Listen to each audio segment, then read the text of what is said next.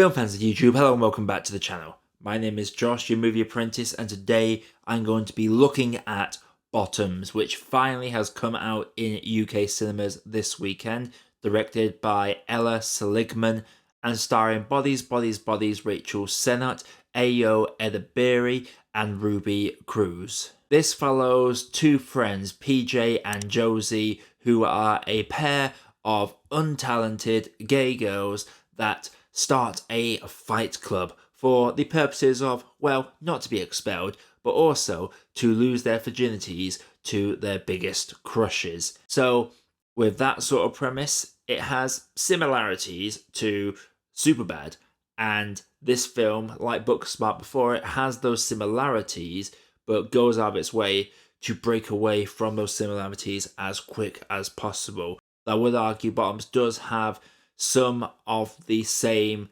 tropes within it. Like PJ and Josie even have their own McLovin in the form of Hazel, and like McLovin before them, Hazel is by far my favourite character in this movie. This is a movie that I really wanted to like. I heard nothing but good stuff about it from some of my fellow friends within the film reviewing community, and I was really excited going into this one, especially after a very disappointing day going into what was my third film of the day when I saw this. Unfortunately, whilst this movie has some very memorable characters, Josie is fantastic, Hazel is fantastic, and there's even this character called Sylvie who is over the top, full of energy that I really did enjoy.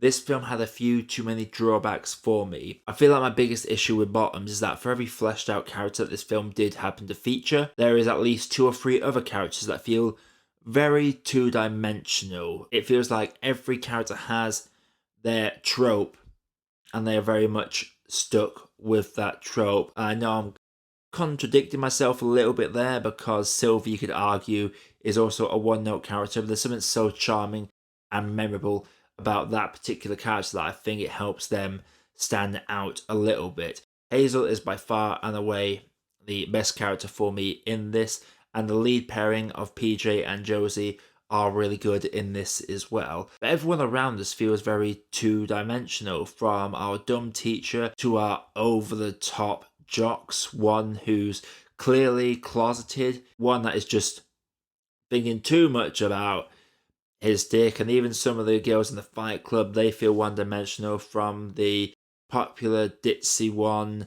There is just a lot of characters that I don't feel fleshed out, and as a result, any emotional moment that the film tries to deliver, especially when it comes to the terms of unity from these girls, it doesn't stick the landing for me personally. The loss very much for me come in the first half. Josie's plan for how she's going to make a move on this girl she likes within the first 5 minutes gets one of the biggest laughs from me, because I have been there and it is so relatable, that particular little monologue, and just her nervousness really is relatable to myself personally. But as we get further into the film, the laughs begin to dry up a little bit, and some of the dramatic moments feel very forced. There is a confrontation about 2/3 of the way through, right before your stereotypical lie revealed plot point. One character is nasty to another character, like out of nowhere, almost unprovoked. They just go out of their way to be nasty to this one particular character to force an emotional beat, and that bit doesn't really work for me either. And this film has a issue where at times it does try and be grounded, and other times it tries to be a bit cartoony in this world that is setting up.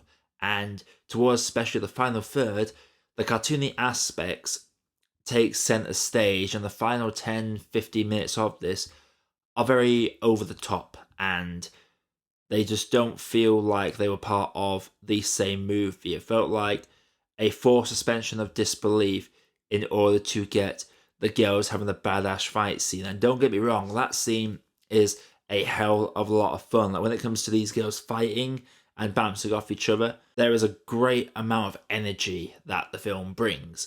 But for me personally, the energy doesn't always mix well with the rest of the movie, and it feels very disjointed as a result.